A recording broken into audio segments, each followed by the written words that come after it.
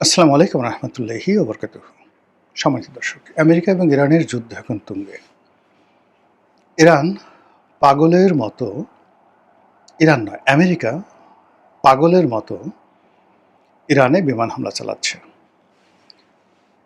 অবাক করার ব্যাপার হলো যে এই যুদ্ধে আমেরিকা একা। কোনো ইউরোপীয় মিত্র বা বিশ্বের অন্য কোনো মিত্র এখনো পর্যন্ত আমেরিকার পাশে দাঁড়ায়নি। ব্রিটেনে যে নতুন সরকার গঠিত হলো, সেই সরকারে যিনি প্রধানমন্ত্রী হলেন, সেই প্রধানমন্ত্রী কয়েকটি ব্রিটিশ ঘাঁটি ব্যবহার করার জন্য আমেরিকাকে অনুমতি দিয়েছে, এই এতটুকুই। অন্যদিকে যাদেরকে এই যুদ্ধের নিয়ামক বলা হয়, এই যুদ্ধ যারা শুরু করেছে, সেই ইসরায়েল অজ্ঞাত কারণে এখন এই যে আমেরিকা এবং ইরানের যে যুদ্ধ চলছে, সেই যুদ্ধ থেকে ইসরায়েল নিজেদেরকে গুটিয়ে নিয়েছে।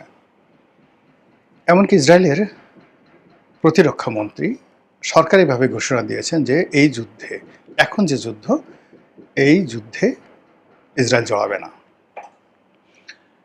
এদিকে এই যে তৃতীয় দফার যে যুদ্ধ, এই যুদ্ধে যে আক্রমণগুলো করে যাচ্ছে ইরানের উপর, সেই ইরানের আক্রমণে বিশ্ব জনমত ইরানের পক্ষে চলে যাচ্ছে। আর ইরান কৌশল করে এই যুদ্ধটা বাঁধিয়ে রাখছে। বাঁধিয়ে রেখে ধীরে সুস্থে, মানে ওরা পাগলের মতো 10 থেকে 12টা আক্রমণ করছে, আর 10-12টা আক্রমণের বিপরীতে ইরান সুকৌশলে মধ্যপ্রাচ্যের কৌশলগত যে জায়গাগুলো রয়েছে সেখানে তারা আক্রমণ চালাচ্ছে। এতে করে ব্যাপক মার্কিন যুক্তরাষ্ট্রের স্থাপনা, সৈন্যবাহিনী ব্যাপক ক্ষয়ক্ষতি হচ্ছে। এবং মধ্যপ্রাচ্যে মোতায়েন করা মার্কিন যুক্তরাষ্ট্রের যত কৌশলগত যে সম্পদ রয়েছে, যে সকল প্রযুক্তি রয়েছে, এগুলো এখন বলতে গেলে ইরানের হস্তগত হয়ে গেছে। ইরান এখানে ত্রিমাত্রিক বিজয় অর্জন আলটিমেটলি করে ফেলেছে। প্রথমত এই যুদ্ধ থেকে ইসরায়েলকে আলাদা করতে পেরেছে। এই যুদ্ধে ইসরায়েলের যে যুদ্ধদেহী মনোভাব, যেটা ইরানের উপর দেখিয়েছে অ্যাজ ওয়েল অ্যাজ লেবাননের উপর দেখিয়েছে, সেটা বন্ধ করতে পেরেছে। এরপরে যে সকল আরব রাষ্ট্র, কাতার, সংযুক্ত আরব আমিরাত, ইউএই, সৌদি আরবিয়া এবং কুয়েত, এই রাষ্ট্রগুলোকে নিউট্রাল শুধু নয়, ইরানের কাছে নতজানু করতে তারা পেরেছে। আর সবচেয়ে বড় তাদের সফলতা, সেই সফলতা হলো ইরাক থেকে তাদের যে সবচেয়ে বড় ঘাঁটি ছিল, সব ঘাঁটিগুলো বন্ধ করে সেখান থেকে তারা আলটিমেটলি, অর্থাৎ আমেরিকা, চলে গেছে। এখন আসলে ইরাকে যারা আছেন, সরকার, বিরোধী দল, বিভিন্ন যারা শিয়া গ্রুপ রয়েছে, তারা 100% ইরান নিয়ন্ত্রিত। হুতিদের উপর ইরানের যে প্রভাব, হিজবুল্লাহর উপর ইরানের যে প্রভাব, এজ এ রাষ্ট্র হিসেবে এখন ঠিক সেম প্রভাবটা তার আছে ইরাকের উপর। তো সীমান্তবর্তী রাষ্ট্র ইরাক এখন তাদের, আর একটু আগালি জর্ডান, এবং জর্ডানে মার্কিন ঘাঁটিগুলোকে রীতিমতো পঙ্গু করে দেওয়া হয়েছে। এবং সেখানে যে সকল ইন্টারসেপ্ট রয়েছে, আকাশ প্রতিরক্ষা ব্যবস্থা আমেরিকা তৈরি করেছিল, অলমোস্ট 90% ডিস্ট্রয় করে দেওয়া হয়েছে। ইরান যদি চায় 1 ঘন্টার মধ্যে এখন পুরো জর্ডান দখল করে ফেলবে, এটা তাদের কাছে কোনো ব্যাপারই না। তাহলে ইরান, ইরাক, জর্ডান, আর জর্ডান যখন তাদের দখল হয়ে যাবে, এই জর্ডানের এই পাড়ে হলো ইসরায়েল, জাস্ট নদীর এপারে আর ওপারে, ডেড সির এদিকে আর এদিকে, একটা লেকের এপার আর ওপারে জর্ডান এবং ইসরায়েল, বা ওই যে পশ্চিম তীর, গাজা, নাবলুস, এই অঞ্চলগুলো। তো বোঝার চেষ্টা করেন যে ইরান কত সুকৌশলে সে এগোচ্ছে। আর এই কাজ করার জন্য সে তার হরমুজ প্রণালীটিকে অস্ত্র হিসেবে ব্যবহার করছে। আর হরমুজ প্রণালীর দুই পাশে, অর্থাৎ ছোট্ট একটা দেশ আছে ওমান, অর্থনৈতিকভাবে অত্যন্ত সচ্ছল সবল, কিন্তু সামরিকভাবে তার কোনো শক্তি নাই, সে সবার সাথেই বন্ধুত্ব, সৌদি আরবের সঙ্গে বন্ধুত্ব, আমেরিকার সঙ্গে বন্ধুত্ব, কিন্তু এই ক্রাইসিস মোমেন্টে তার আসলে ইরানের বাইরে যাওয়ার কোনো সামর্থ্য নেই।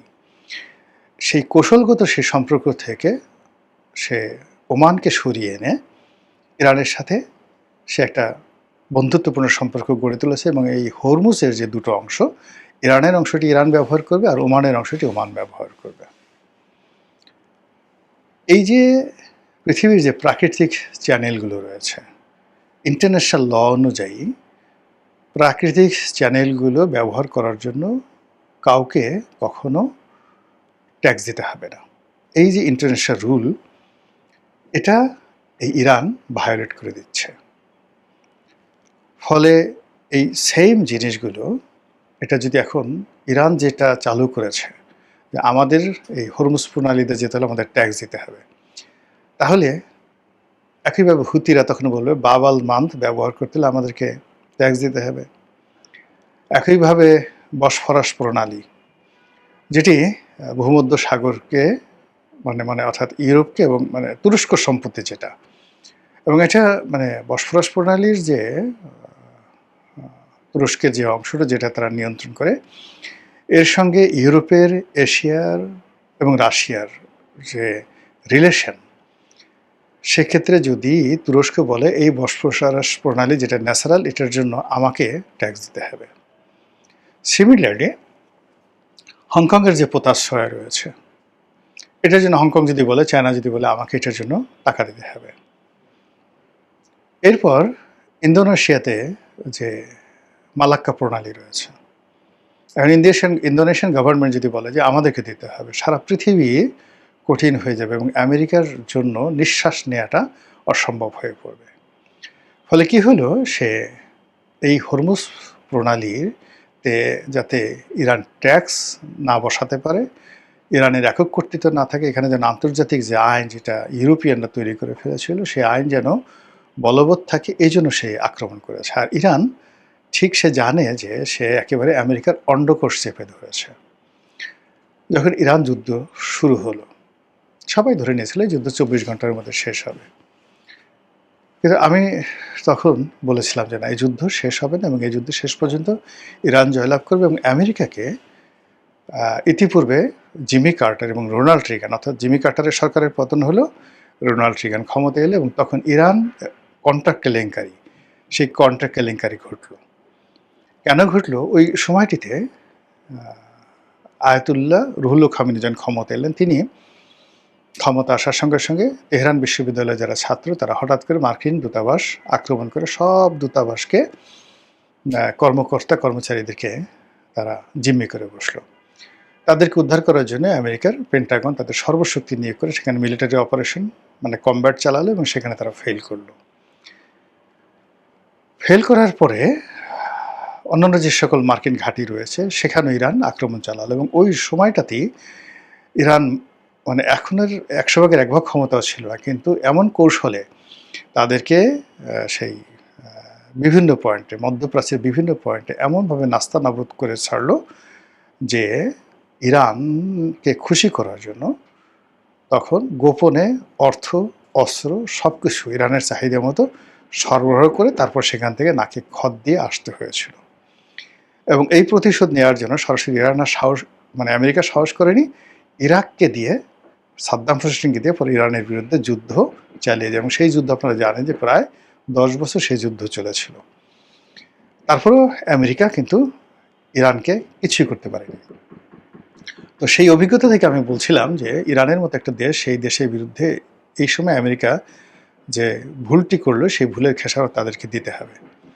ইতিমধ্যে যে জিনিসগুলো বললাম, যে ইরানের অ্যাচিভমেন্টগুলো যেটা হয়েছে, যেটা কৌশলগত অ্যাচিভমেন্ট, তার সাথে সাথে মনস্তাত্ত্বিক অ্যাচিভমেন্ট, জনসমর্থন, এবং অন্যদিকে নিজেদের অভ্যন্তরীণ যে সকল রাজনৈতিক সমস্যা ছিল, সব রাজনৈতিক সমস্যা তারা কবর দিয়ে ফেলেছে।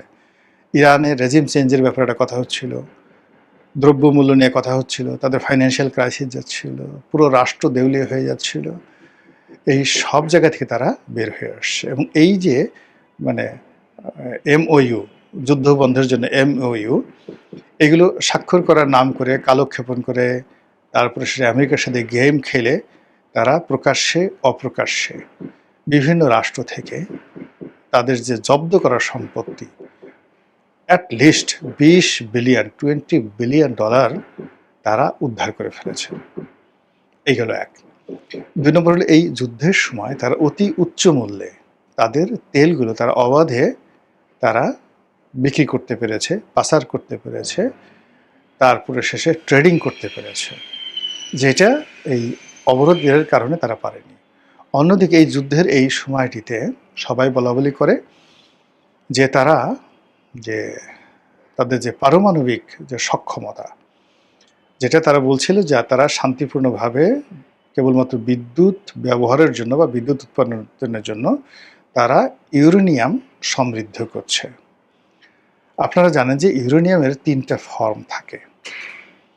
তো 3টা ফর্ম থাকে, সেই ফর্মের মধ্যে সবচেয়ে দুষ্প্রাপ্য যে ফর্মটি রয়েছে, এই ফর্মের সাথে আরেকটা ফর্ম, এই ফর্মের একত্রীকরণ করে ওইটাকে রিফাইন করার ফলে রিফাইন করে যে জিনিসটা পাওয়া যায় ওইটাকে বলা হয় রিফাইন বা পরিশুদ্ধ ইউরেনিয়াম।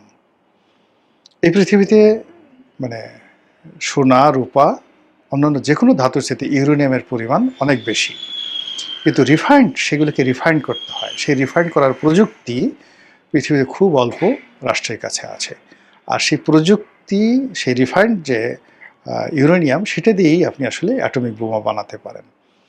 তো ইরান এই যে রিফাইন্ড করার যে প্রক্রিয়াটি, পারমাণবিক চুল্লি, পারমাণবিক বিদ্যুৎ কেন্দ্র এবং তৃতীয় ফেজে গিয়ে পারমাণবিক বোমা তৈরি করার সক্ষমতা, এই যুদ্ধের ডামাডলে তারা আসল কাজটি করে ফেলেছে, আলটিমেটলি করে ফেলেছে। এটা আমেরিকা জানে। এবং এই সময়টার মধ্যে তাদের যে সকল অস্ত্র, তাদের প্রযুক্তি তারা যুদ্ধক্ষেত্রে যেগুলো দেখিয়েছে, যেটা পেন্টাগনের বিশেষজ্ঞ যারা আছেন, স্বয়ং তাদের যে প্রতিরক্ষা মন্ত্রী, তিনি নিজে স্বীকার করেছেন যে আমেরিকার সর্বোচ্চ শক্তি দিয়েও সেই হরমুজ প্রণালীতে এবং পারস্য উপসাগরে তাদের যে গানশিপগুলো রয়েছে, অর্থাৎ ছোটো ছোটো স্পিড বোট, যেইগুলো 140 নটিক্যাল মাইল বেগে চলে। ও মাই গড, আমি চিন্তা করতে পারিনি 140 নটিক্যাল মাইল। তো সেইটা এত দ্রুত গতির গুলো নিয়ে যেগুলো কামান বহন করে এবং এসে সোজা সেই বিমানবাহী রণতরী সেগুলো এসে ফুটা করে দিয়ে, আঘাত করে দিয়ে কোন ফাঁক দিয়ে তারা চলে যায়, যেগুলো ওই জাহাজের সাথে থাকা যে রাডার সিস্টেম, সেই রাডার সিস্টেম ডিকটেট করতে পারে না। এখন আপনি বিরাট হাতির মতো 3 মাইল লম্বা আপনি একটা জাহাজ নিয়ে বসে আছেন ভূমধ্য সাগরে, পারস্য সাগরে, হঠাৎ করে 200 সেই গান বোট চলে আসলো, বড় বড় কামান নিয়ে, এক একটা 120 নটিক্যাল মাইল বেগে চলছে। আপনার রাডার ধরতে পারছে, ঘ্যাটাঘ্যাট করে আপনি ফুটা করে শেষ করে দিয়েছেন। এবার কত জাহাজকে যে, আমেরিকার জাহাজকে যে যাবত শেষ করে দেওয়া হয়েছে, যেটা এখন আমেরিকার জন্য একটা মূর্তিমান আতঙ্ক। এই কাজগুলো করে করে ইরান যে আনন্দ পেয়ে গেছে, তৃপ্তি পেয়ে গেছে, সেই তৃপ্তির কারণে সে যুদ্ধটা প্রলম্বিত করছে। এই যে ইরানকে যে আমেরিকা আক্রমণ করছে, এই দফায় কিন্তু আমেরিকা বলতে গেলে বাধ্য হয়েছে। আর এই দফাতে, তৃতীয় দফাতে এসে ইরান আমেরিকাকে প্রভোগ করছে, আসো আসো আসো, পারলে যুদ্ধ করো। এবং এটা দেখে আমার ছোটোকালে আমার ওই যে আমার মেয়েটা খুব আদর করতাম, যত্ন করতাম। আর আমার ছোট ছেলেটা খুব বুদ্ধিমান। তো সেই আমি যে মেয়েটাকে খুব বেশি আদর করতাম, এটা ছোট ছেলেটা বেশি একটা পছন্দ করতো না। এই জন্য সে করতো কি, আমার মেয়েটাকে প্রভোগ করতো।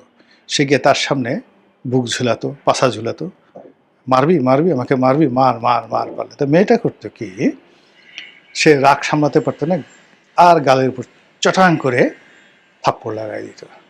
আর অমনি ছোটো ছেলেটা হাউ মাউ করে গড়াগড়ি করে কান্নাকাটি করতো। এখন আমি গিয়ে ওর কান্নাকাটি, ওই করুণ দৃশ্য দেখে আমার এগুলোর আর কাণ্ড জ্ঞান থাকতো না। আমি হয়তো একে গেলে আমার আদরের মেয়ে, তার গালের উপর একটা চল বসিয়ে দিতাম। ঠিক এখন আমেরিকাকে ঠিক এইভাবে ইরান প্রভোগ করছে যুদ্ধে। এবং যুদ্ধ করার ফলে কি হচ্ছে, আমেরিকা পথে ঘাটে মাঠে, নদী সমুদ্রে পাহাড়ে এতটা অপদস্থ হচ্ছে, দেশের ভিতরে এবং বাইরে সব জায়গাতে তার শুধু লাঞ্ছনা, গঞ্জনা, অপমান তাকে অক্টোপাসের মতো চেপে ধরেছে। ফলে ডোনাল্ড ট্রাম্পের আসলে এই মুহূর্তে বিষ খেয়ে মরা ছাড়া কোনো উপায় নেই। সে এই যুদ্ধ থেকে বের হওয়ার কোনো রকম সুযোগ পাচ্ছে না, ওসিলা পাচ্ছে না, তার কোনো বন্ধু নাই। পাকিস্তান চেষ্টা করেছিল এটা নেগোশিয়েট করার জন্য, সেটা পাকিস্তান ব্যর্থ হয়েছে। আর পাকিস্তান এই কাজগুলো মানে করেছিল অনেকটা টাকার লোভ। এর কারণে পাকিস্তানের সাথেও শেষ মুহূর্তে আমেরিকার কিন্তু সম্পর্ক ভালো যাচ্ছিল না। তো সেই পাকিস্তানের সেখান থেকে ছড়িয়ে পড়েছে। আর পাকিস্তান ইদানিংকালে তার বেলুচিস্তান নিয়ে, কাশ্মীর নিয়ে, আফগানিস্তান নিয়ে, ভারত নিয়ে যে সমস্যার মধ্যে আছে, নতুন করে এখানে যাওয়ার মতো অবস্থা তার আর নেই। ফলে এই যুদ্ধ যদি মাত্র আর ২-৩ মাস চলে, বিশ্বাস করেন পুরো আমেরিকা দেউলিয়া হয়ে যাবে। মহান আল্লাহ আমাদের সবাইকে হেদায়েত দান করুন এবং হেফাজত করুন। আসসালামু আলাইকুম ওয়া রাহমাতুল্লাহি ওয়া বারাকাতুহু।